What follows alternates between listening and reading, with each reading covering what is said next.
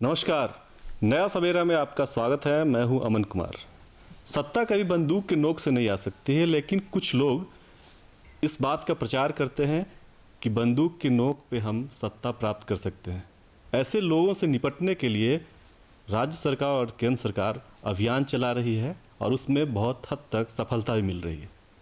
झारखंड में नक्सलियों के खिलाफ अभियान में हमारे केंद्रीय अर्धसैनिक बल के जवानों की भी महती भूमिका है और इसमें सीआरपीएफ का योगदान सबसे बेहतर है। आज हमारे साथ नया सवेरा में नक्सलियों के खिलाफ जो अभियान चलाए जा रहे हैं उसमें कितनी सफलता मिल रही है, इन तमाम विषय पर बात करने के लिए सीआरपीएफ के आईजी संजय आनंद लाटकर जी मौजूद है। लाटकर जी, आपका स्वागत है इस कार्यक्रम में। और हम ये जानना चाहते हैं कि सीआरपीएफ झारखंड में जो नक्सलियों के खिलाफ अभियान चला रही है उसमें कितनी सफलता मिल रही है, क्या भूमिका है सीआरपीएफ की, ये मैं जानना चाहता हूँ। नमस्कार, धन्यवाद। पिछले कई सालों से विशेषकर राज्य गठन के पश्चात एवं पूर्व में भी सीआरपीएफ की इस राज्य में तैनाती रही है और 2010 के पश्चात काफ़ी व्यापक पैमाने पर सीआरपीएफ की राज्य में तैनाती हुई है। राज्य पुलिस के साथ कंधे से कंधा मिलाकर नक्सलवाद के उन्मूलन के लिए लड़ाई लड़ने में सीआरपीएफ अग्रणी रही है और जहां भी राज्य पुलिस को सपोर्ट देने वाली भूमिका में सीआरपीएफ कार्य कर रही है और इसमें काफ़ी अच्छे दूरगामी परिणाम हमें मिले हैं। राज्य में नक्सलियों की गतिविधि पर अंकुश लगाने में काफ़ी हद तक हमें सफलता मिली है और नक्सलियों के कई टॉप लीडर्स को कानूनी रास्ते पे लाने की, या तो उन्हें गिरफ्तार करने में या उनके द्वारा पुलिस बलों पे किए गए हमले में उसके जवाबी उत्तर देने में उनकी नक्सली नेताओं की मृत्यु भी हुई है और उनके द्वारा जो हथियार पुलिस से लूटे गए थे या बाकी जरिए से प्राप्त किए गए थे उसे भी जब्त करने में हमें कामयाबी मिली है। तो ये हो गया एक प्रत्यक्ष परिणाम है जो सुरक्षा बलों के द्वारा अपनाए जा रहे मुहिम का है, लेकिन उससे भी ज़्यादा दूरगामी परिणाम है अप्रत्यक्ष रूप से जो दिखाई देता है। राज्य में जो आज विकास की धारा दिखाई दे रही है और दूर दराज के इलाके में प्रशासन की जो पहुंच दिखाई दे रही है, ये इन्हीं सुरक्षा बलों के अभियान का नतीजा है कि आज हर क्षेत्र में हम राज्य का कोई हिस्सा ऐसा नहीं कह सकते कि जहां पर प्रशासन नहीं पहुंचा है या नहीं पहुंच सकती है और विकास की धारा वहां तक पहुंची है। तो ये दूरगामी परिणाम और जनता का प्रशासन पर विश्वास, ये मुझे लगता है कि सीआरपीएफ के आने के पश्चात राज्य पुलिस एवं सीआरपीएफ ने जो अभियान छेड़ा है उसका व्यापक परिणाम है। हाल के वर्ष में कई बड़े अभियान को भी सीआरपीएफ के द्वारा जो अंजाम दिया गया है उसमें आपको सफलता मिली है, उसके बारे में हम जानना चाहेंगे कि इस साल, अगर आप पिछले साल की बात छोड़ भी दी जाए तो इस साल कई बड़े अभियान जो है को आपने अंजाम दिया है, कई नक्सलियों को आप लोगों ने मार गिराया है। देखिए, जैसे पिछले सालों में तो कई इलाके को हम लोगों ने मुक्त करा है, लेकिन इस साल की अगर हम लोग बात करेंगे तो मैं कहना चाहूँगा कि पारसनाथ के समेत शिखर जी के ऊपर तक सड़क का निर्माण करना और अभी 15 दिन पहले वहाँ पर सफलतापूर्वक समेत शिखर जी के टॉप पर उस ऊंचाई पर हेलीपैड का निर्माण करते हुए वहाँ हेलीकॉप्टर को सफलतापूर्वक उतारना, ये अपने आप में बहुत बड़ी महत्वपूर्ण उपलब्धि है। पर्यटन के क्षेत्र में झारखंड में आज सबसे बड़ा वो स्थान है, देश के सभी जैनों के लिए बहुत ही महत्वपूर्ण ऐसा स्थान है जहाँ नक्सलियों से मुक्त कराने में सुरक्षा बलों को सफलता मिली है। उसके साथ साथ छत्तीसगढ़ सीमा पे जो बूढ़ा पहाड़ी का इलाका है जहां लगातार सुरक्षा बलों द्वारा अभियान छेड़ा गया है, सीआरपीएफ, राज्य पुलिस, झारखंड जगुआर, इनके द्वारा चलाए जा रहे हुए ऑपरेशन में वहां पर काफ़ी सफलताएं हमें मिली है और पिछले माह में वहां पर 6 नक्सली उन्होंने पुलिस बल पर जब आक्रमण किया था सीआरपीएफ पर, हमारी कोबरा बटालियन 209 के जवानों ने वीरतापूर्वक कार्य करते हुए उनका मुकाबला किया और उसमें 6 नक्सली की मृत्यु हुई। उनके द्वारा जो पुलिस से प्राप्त किए गए या आम जनता से प्राप्त किए गए जो 7 हथियार थे उन्हें हमने बरामद किया। सेरेंगदाग के इलाके में जहां हमने पहली बार वहां सीआरपीएफ का कैंप खोला, वहां पर हज़ारों की संख्या में हमें नक्सलियों की गोली बारूद हमें जब्त करने में सफलता मिली है। इसके साथ साथ सारंडा के इलाके में पूर्व से जो हमने अभियान छेड़ा है वहाँ पर अभी अमन चैन बहाल है। गुमला में विशेषकर आशीष जी जैसा इनामी नक्सली जो 25 लाख का इनाम जिस पर था, उसकी मृत्यु सीआरपीएफ के द्वारा किए गए जवाबी कार्रवाई में हुई है। जो पारसनाथ की मैंने बात की वहाँ पर भी मांझी जैसे नक्सली जो 25 लाख का इनाम जिस पर था, उसकी मृत्यु सीआरपीएफ के द्वारा किए गए जवाबी कार्रवाई में हुई है। जो पारसनाथ की मैंने बात की वहाँ पर भी मांझी जैसे नक्सली जो 25 लाख का इनाम जिस पर था, उसकी मृत्यु सीआरपीएफ के द्वारा किए गए जवाबी कार्रवाई में हुई है। जो पारसनाथ की मैंने बात की वहाँ पर भी मांझी जैसे जोनल कमांडर जिस पे 10 लाख का इनाम था, उसकी भी मृत्यु सीआरपीएफ के जवाबी हमले में हुई है। तो इस प्रकार से काफ़ी टॉप लीडर्स को न्यूट्रलाइज करने में और कानून के रास्ते में लाने में हमें सफलता मिली है इन दिनों में, विशेषकर इस साल में। बुंडू में भी जो हमारी नक्सलियों से मुठभेड़ हुई थी आज से 7 महीने पहले, तो उसमें भी 4 नक्सलियों को उस जवाबी हमले में मार गिराने में सीआरपीएफ को सफलता मिली थी। सारंडा को आपने पहले खाली करवाया, अब आपका टारगेट जो है वो पारसनाथ की पहाड़ी है, इसका बूढ़ा घाघ है, तो इसका इम्पैक्ट अब देखने को मिल रहा है क्या? बिल्कुल, वहाँ के लोगों का अब विश्वास सुरक्षा बलों पर ही नहीं लेकिन प्रशासन पर इतना बढ़ गया है। अब लोग निडरतापूर्वक सामने आ रहे हैं और ऐसी गतिविधि जो दिग्भ्रमित करने वाली गतिविधि है, विचारधारा है, जो नक्सलियों की आइडियोलॉजी तथाकथित उनके द्वारा प्रसार करने का प्रयास किया जाता है, उसका भी पुरजोर रूप से विरोध किया जा रहा है। इसका अगर उदाहरण देखा जाए तो जो बच्चों का व्यापार में उनको ले जाना, नाबालिग बच्चों को ले जाकर उन्हें नक्सली बनाने की जो कोशिश की जा रही थी, उसमें सीआरपीएफ द्वारा 8 नाबालिग बच्चों को मुक्त कराया गया है।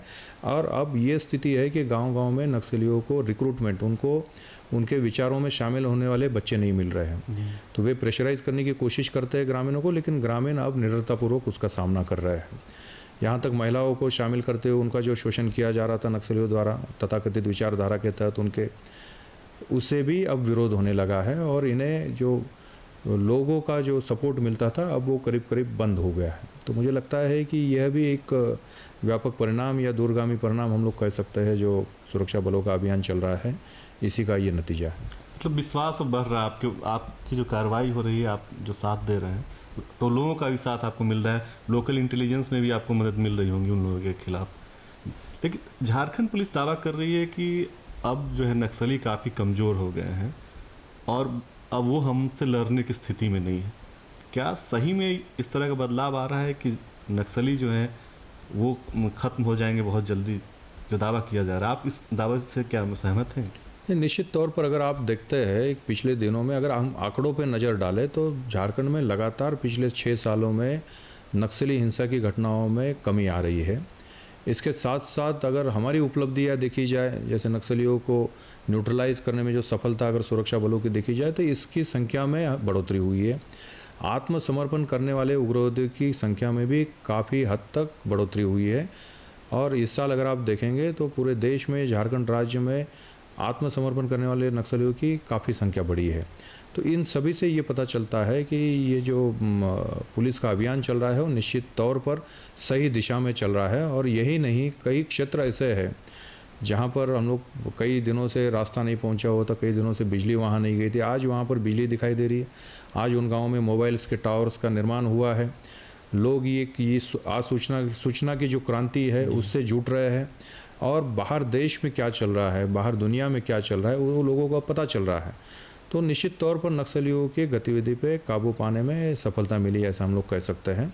और पूर्व में जो व्यापक क्षेत्र में उनका आना जाना चलता था, बिना रोक टोक के वो आते जाते थे, अब आप देखिएगा कि वो सिमट गए, एक सीमित क्षेत्र तक सिमट गए हैं। और विशेषकर ऐसे क्षेत्र जहां अब भौगोलिक रूप से कुछ कठिनाइयाँ है, पहाड़ियाँ है, झाड़ी ज़्यादा है, जंगल है, ऐसे क्षेत्रों में अब वो सिमट गए हैं और वहाँ पर भी हमने अभियान छेड़ते हुए उनको टारगेट करने का प्रयास किया। तो उनके कॉरिडोर को आप ध्वस्त करते जा रहे हैं? बिल्कुल, हम ये कह सकते हैं कि बिहार और झारखंड का इनका जो कॉरिडोर था, झारखंड छत्तीसगढ़ का, झारखंड पश्चिम बंगाल का, इस कॉरिडोर में अब इनका मुक्त संचरण करना संभव नहीं है।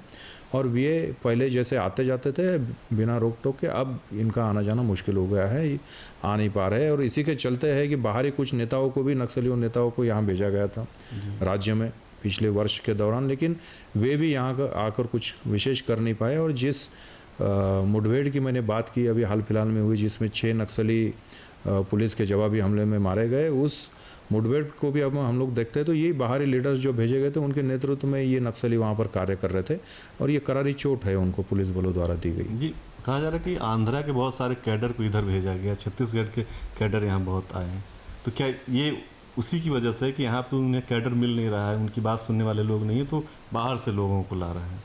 कई हद तक इसमें सच्चाई है, क्योंकि अब जो व्यापक जनाधार इनका ख़त्म हो गया है, झारखंड में इन्हें सपोर्ट नहीं मिल रहा है। यहाँ के गरीब आदिवासियों को ये पता चल गया है कि ये एक छलावा है, इनकी आइडियोलॉजी जो है छलावा है। इनके बच्चे बड़े बड़े शिक्षण संस्थाओं में शिक्षा प्राप्त कर रहे हैं टॉप नक्सल लीडर्स के, आईआईटी जैसे संस्थाओं में इंजीनियरिंग में इन्होंने पढ़ाई की है, बड़े बड़े शहरों में बेंगलोर, मुंबई, दिल्ली में नौकरी कर रहे हैं। तो ये इनके तथाकथित नेताओं के घर से कोई इन्हें रिक्रूटमेंट नहीं है, कोई इनको काडर नहीं आता है, और गरीब आदिवासी को ये गुमराह करने का प्रयास कर रहे थे। अब ये इनको पता चल गया है, हमारे झारखंड की जनता को, और जनता का अब इन्हें कोई सपोर्ट नहीं मिल रहा है। और यही एक कारण रहा है कि बाहर से नक्सलियों को यहाँ लाने का उन्होंने प्रयास किया है, लेकिन चूंकि जनाधार नहीं है, उन्हें सपोर्ट नहीं है, तो वो किसी भी हालत में यहाँ पर सक्सेसफुल नहीं होंगे, उन्हें सफलता नहीं मिलेगी, ऐसा हमें लगता है। और पिछले दिनों हम देख भी रहे हैं, जो बाहर से टॉप नक्सली लीडर्स यहाँ भेजे गए थे, उन्हें किसी भी प्रकार की सफलता यहाँ पर झारखंड में नहीं मिली। शोषण भी बहुत कर रहे हैं वो, यहाँ के जो गरीब आदिवासियों के बच्चों को उठा के ले जाते हैं, उनकी लड़कियों को उठा के ले जाते हैं। शोषण भी होता है। जो सरेंडर कर रहे हैं जो लोग, वो बता रहे हैं कि हम आइडियोलॉजी के लिए गए थे वहाँ पे, लेकिन इस तरह की बात वहाँ पे कुछ नहीं है। बिल्कुल सही कहा आपने। शोषण बच्चों का ही नहीं है, महिलाओं का विशेषकर शोषण हो रहा है। हम जो सामग्री हमें बरामद हो रही है नक्सलियों के कैंपों से, वहाँ देखने से ये पता चल जाता है कि वहाँ महिलाओं का काफ़ी हद तक शोषण किया जाता है। पिछले दिनों जिन महिलाओं ने सरेंडर किया है सरकार के सरेंडर नीति के तहत, उन्होंने भी ये बात बताई है कि उनका वहाँ पर लैंगिक रूप से शोषण किया जाता था। बच्चों का शोषण किया जा रहा है, उन्हें एक मजदूर के तौर पर उन्हें इस्तेमाल किया जा रहा है। छोटे छोटे 10-12 साल के बच्चों से सामान की ढुलाई की जाती है, पहाड़ी इलाके में उनसे काम करवाया जाता है, और जो उम्र उनकी पढ़ाई लिखाई की उम्र है, उस पढ़ाई लिखाई की उम्र में उन्हें उनसे गलत काम करवाए जाते हैं। इसके साथ दूसरा शोषण ये लोग करते हैं विकास प्रशासन में, जो इन्वॉल्व अभी करता है, ठेकेदार है, उनका भी ये शोषण करने का प्रयास करते हैं, उनसे पैसा लेने का प्रयास करते हैं। और मुख्यतः इनका जो अभी स्ट्रेस रहा है, ये पैसा की उगाही, इस पे स्ट्रेस रहा है। और हम अभी देखेंगे कि डीमोनेटाइजेशन की नीति के पश्चात नक्सलियों को काफ़ी चोट पहुंची है, और सीआरपीएफ, राज्य पुलिस के द्वारा लगातार मुहिम चलाकर ग्रामीणों को ये आह्वान किया गया है कि इनके द्वारा अगर कहीं पैसा लाके लोगों के अकाउंट में डालने का प्रयास किया जाता है तो इसकी सूचना दे दे। और इस पर हमें काफ़ी अच्छा सक्सेस मिला है। लाखों की नक्सलियों की राशि हमें बरामद करने में इस दौरान सफलता मिली पिछले 1 माह के दौरान। तो कई प्रकार का शोषण, मतलब महिला का शोषण है, बच्चों का शोषण है, और विकास प्रशासन में कार्य करने वाले अभिकर्ताओं का शोषण करने का इनके द्वारा प्रयास किया गया है। लेकिन अब झारखंड की जनता को ये सब पता चल गया है, और इनका सपोर्ट अब कम हो जाने से नक्सली नेता अपने मंसूबे में अब विफल होते जा रहे हैं। तो ये आप बात कर रहे थे कि विमुद्रीकरण का, कि उस आप बहुत सारे पैसे उन लोगों का जो ब्लॉक किए हैं, कई लोगों का पकड़े दिए गए हैं। तो प्रधानमंत्री भी यही बात करते हैं कि ये जो 1000 और 500 के जो नोट बंद हुए हैं, उग्रवादी जो घटनाएं हैं उसमें कमी आएगी। तो झारखंड के परिप्रेक्ष्य में अगर बात करें तो झारखंड में क्या इम्पैक्ट पड़ रहा है? क्या आपको लग रहा है कि इस वजह से भी गतिविधियां उन लोगों की घटेगी, नए कैडर की बहाली में, या उन्हें वेतन देने में परेशानी आएगी उन लोगों को? निश्चित तौर पर जो पैसा इन्हें मिलता था अभी नई नीति के तहत, विमुद्रीकरण की नीति के तहत, अब इतना आसानी से इन्हें पैसा नहीं मिलेगा। और जो पैसा इन्होंने अभी पहले से इकट्ठा करके रखा है, उस पैसे को अब ये बैंक में भी नहीं ला पाएंगे, ग्रामीणों के खाते में भी नहीं डाल पाएंगे। और जो ग्रामीणों का विश्वास बढ़ा है सुरक्षा बलों, और इसकी सूचना हमें मिल रही है, जिसके चलते इनकी राशि पकड़ी जा रही है। ये अपने काडर को भी अब सपोर्ट नहीं कर पाएंगे। इन्हें रिक्रूटमेंट तो पहले से भी नहीं मिल रहा था, क्योंकि विश्वास ही खत्म हो गया है इन पर। लोगों को पता चल गया है, जो सरेंडर किए हुए नक्सलियों ने कैमरा के सामने ऑन कैमरा बताया है कि ये पैसे की लड़ाई लड़ रहे हैं आपसी में, टॉप लीडर्स जो बाहर से आए हैं और यहाँ के जो नेता हैं, इनमें लड़ाई चल रही है।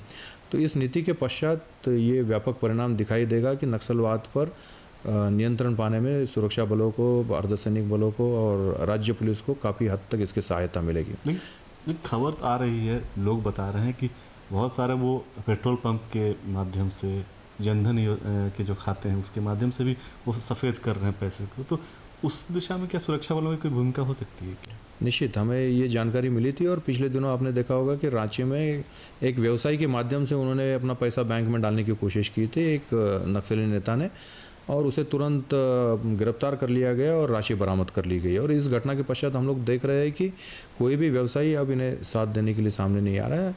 वह व्यवसायी भी हो सकता है कि उसको डराया धमकाया होगा, उसके चलते वो आ रहा होगा, लेकिन अब ये लोगों को पता चल गया है। और गांव-गांव में अभी सीआरपीएफ द्वारा एवं राज्य पुलिस द्वारा गांव-गांव में ये प्रचार प्रसार किया गया है कि जनधन खातों में भी या किसी के व्यक्तिगत खाते में नक्सलियों की पूंजी आप स्वीकार नहीं करें, क्योंकि ये पूंजी अगर आप स्वीकार करते हैं तो कानूनतः ये गैर राशि है और इस पर कानूनतः कार्रवाई हो सकती है। और कई जगह इसमें कानूनतः कार्रवाई हो गई है।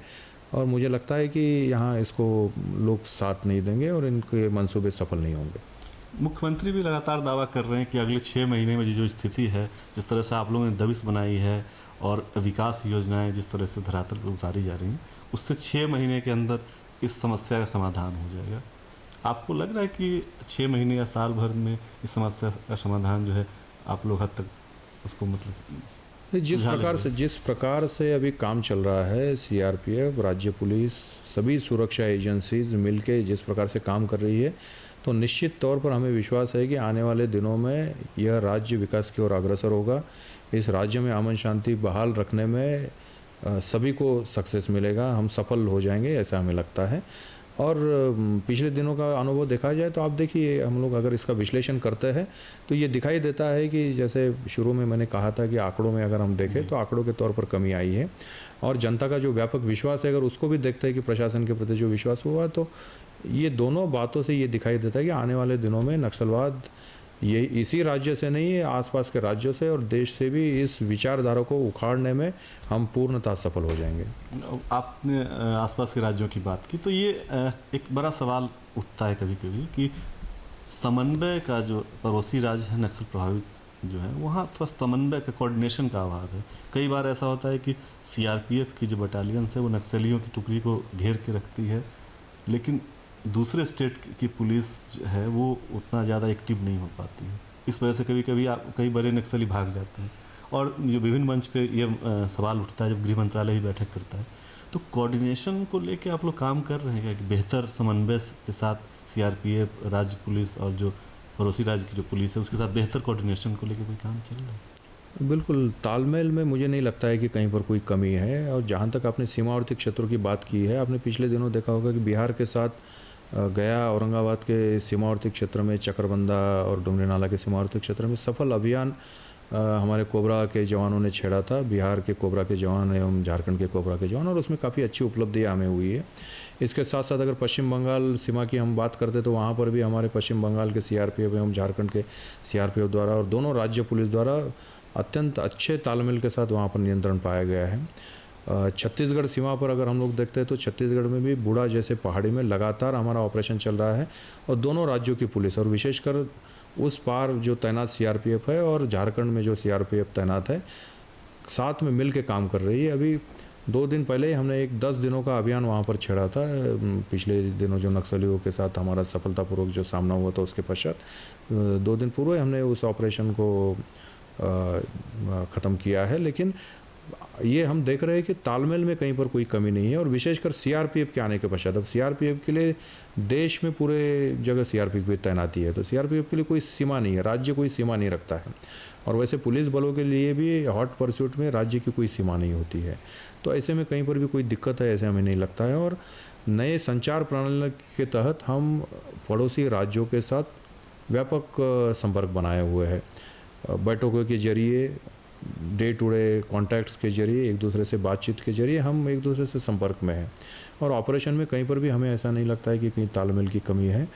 औपचारिक तौर पर, अनौपचारिक तौर पर, ये दोनों प्लेटफॉर्म पर ये हमेशा हम लोगों का डायलॉग बना रहता है, और अच्छे तरह से ऑपरेशंस को हम लोग अंजाम दे रहे हैं। तो ये बेहतर समन्वय का ही नतीजा है कि आपने हाल के दिनों में कई बेहतर ऑपरेशन को अंजाम दिया।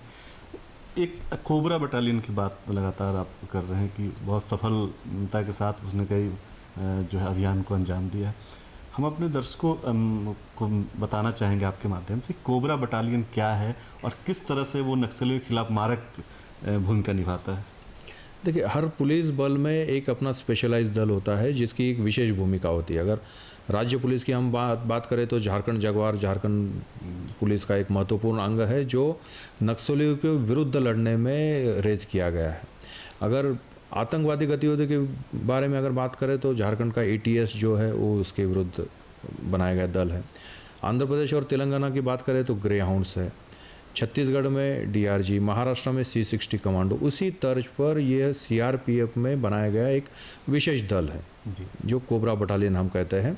CRPF के जवानों को एक यंग जवान जो है, इन्हें चुनिंदा जवानों को उनके ऑप्शन के आधार पर, उनके द्वारा दिए गए ऑप्शन के आधार पर हम सिलेक्ट करते हैं और उन्हें और ज़्यादा प्रशिक्षित करते हैं कि जंगल वॉरफेयर में, गुरिल्ला तकनीक के विरोध में लड़ने में उन्हें ज़्यादा हम प्रशिक्षित करते हैं और कुछ समय अवधि के लिए उन्हें इस बटालियन में डिप्लॉय कर देते हैं। जो ये कोबरा बटालियन हमारी पूरे देश भर में अवस्थित है और इनका एक ही टास्क दिया गया है, नक्सलियों के खिलाफ मुहिम में इन्हें लगाया जाता है। जहाँ स्पेसिफिक हमें आज सूचना मिल जाती है, सटीक आज सूचना मिल जाती है कि जहाँ नक्सलियों का ठिकाना है वहाँ पर इनकी मारक क्षमता जो है हमारे कोबरा के जवानों की, वहाँ कार्य करने की और ऑपरेशन चलाने की जो क्षमता है वो बहुत ही अच्छी है। और देश के उम्दा बलों में, देश के चुनिंदा बलों में कोबरा की आज हम लोग गणना करते हैं। जहाँ तक नक्सलियों के विरुद्ध अभियान की बात है, आप किसी भी राज्य में देखिए जहाँ जहाँ कोबरा की तैनाती रही है, सीआरपीएफ के नॉर्मल बटालियंस के अनुपात में उन्हें अच्छी उपलब्धियाँ मिली है। हालांकि बल वही है, लेकिन कुछ दिनों तक वहाँ उन्हें कुछ विशेष लाभ दिए जाते हैं और विशेष लाभ के तहत वहाँ काम करते हैं। उनकी प्रशिक्षण, उनकी वेपनरी, उनकी टैक्टिस, सभी मायने में वे काफ़ी हद तक ऊपर में है जी। मतलब नक्सल प्रभावित क्षेत्र के लोग डरे नहीं, सीआरपीएफ के पास जो है उम्दा जो है प्रशिक्षित लोगों की टुकड़ी है जो आपकी रक्षा के लिए और नक्सलियों को खात्मा करने के लिए। सर, हम एक चीज़ जानना चाहेंगे कि सुरक्षा के क्षेत्र में तो आप काम कर ही रहे, नक्सल समस्या के समाधान की दिशा में तो आप कारगर काम कर ही रहे, सीएसआर के भी काम बहुत देखने को मिल रहे हैं आपके, आप लगातार लोगों से इंटरेक्ट कर रहे हैं, तो क्या क्या ऐसे कार्यक्रम अभी क्या कार्यक्रम चलाए जा रहे हैं आपके झारखंड में? तो पूर्व से इसमें सिविक एक्शन प्रोग्राम के तहत हर बटालियन को एक निश्चित ऐसी राशि दी जाती है और दूर दराज के इलाके में ज़रूरतमंद लोगों में उन्हें आवश्यक सामग्रियों का वितरण किया जाता है। लेकिन पिछले कुछ दिनों से हमने ये प्रयास किया है कि लोगों को स्थायी तौर पर अपने पैरों पर खड़ा करने के लिए कौशल्य विकास योजना के तहत उनमें विभिन्न स्किल्स का डेवलपमेंट किया जाए। हमने कंप्यूटर का उन्हें प्रशिक्षण दिया, हमने उनके ड्राइविंग का प्रशिक्षण दिया और कुछ गांवों में इंफ्रास्ट्रक्चर डेवलपमेंट में हम कार्य कर रहे हैं। पोल्ट्री जैसे उद्योगों का निर्माण हम लोग करा रहे हैं। मधुमक्खी पालन जो है जिसमें हनी का प्रोडक्शन होगा, उसमें हमारी भूमिका रही है। और नए नए watershed development, hygiene and sanitisation, इसमें हमारा काम हो रहा है जिससे गांव को अडॉप्ट करते हुए उस गांव का एक सर्वांगीण समग्र विकास हो। तो इस भूमिका में अभी हम लोग कार्य कर रहे हैं और राज्य सरकार की भी इसमें हमें बहुत अच्छा सपोर्ट मिला है। हमने डेवलपमेंट इनिशिएटिव्स के तहत गाँवों में चिन्हित किया है कि इन गाँवों में किस प्रकार के काम होने चाहिए और इसकी सूचना हम दे रहे हैं और ये कार्य को करा रहे हैं। धन्यवाद सर, आप हमारे साथ आए और चर्चा की। तो आपने देखा कि सीआरपीएफ लगातार जो है केवल सुरक्षा क्षेत्र में ही नहीं, आम लोगों से जुड़ के भी काम कर रही है और उसका सकारात्मक परिणाम सामने आ रहा है। झारखंड के नक्सल प्रभावित क्षेत्रों में बदलाव देखने को मिल रहा है, इसमें सीआरपीएफ की महत्वपूर्ण भूमिका है। सर, हम एक अंतिम सवाल ये चाह रहे हैं कि सीआरपीएफ जो है, सीआरपीएफ के लिए क्या कर रहे हैं, सीआरपीएफ के जवानों के लिए क्या बेहतर हो रहा है, तो बस 1 मिनट में हम जानना चाहेंगे।